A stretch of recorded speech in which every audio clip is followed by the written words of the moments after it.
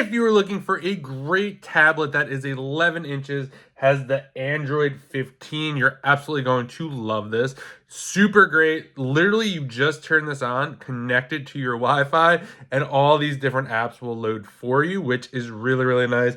You got everything you need here. You got the Google TV, the Google Play Store, you got your contacts, you got clock, you have all these different apps. You could add apps. You got YouTube down there as well. This also goes this way as well when you turn it, just like that, which is really nice. The sound on this is really nice. The picture and everything is great. If you're looking for a tablet where you could just watch movies or videos or play video games, this is great. It's super thin, which is nice. You also have the camera over here. This is gonna how you power it on right there. And then this is kind of your up and down on the volume side of things, which is really, really nice.